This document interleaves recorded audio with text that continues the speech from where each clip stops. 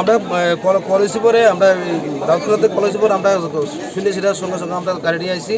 আবার পরে স্পটে যাওয়ার আগে এখানে সামনে দাঁড়া করেছে না, তারা আমরা এই হাতিয়া দেখাইছে যাওয়ার লাগে।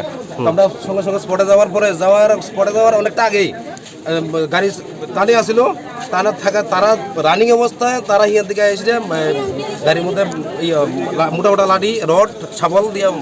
মানে কে কে এটা তারা কে? পাবলিক, এমনি তো চিনি না। তার হাতে কোনো রাজনৈতিক আমি লাঠি শাবল আছে। কিন্তু আপনার সাথে যে জায়গাতে ঘটনা হয়েছে জায়গাটার নাম কি? জায়গাটার নাম বাইপাসের মুক্তার একটু আগে। এটা উত্তরটা আপনাদের কর্মীর উপর আক্রমণ করা হয়েছে এবং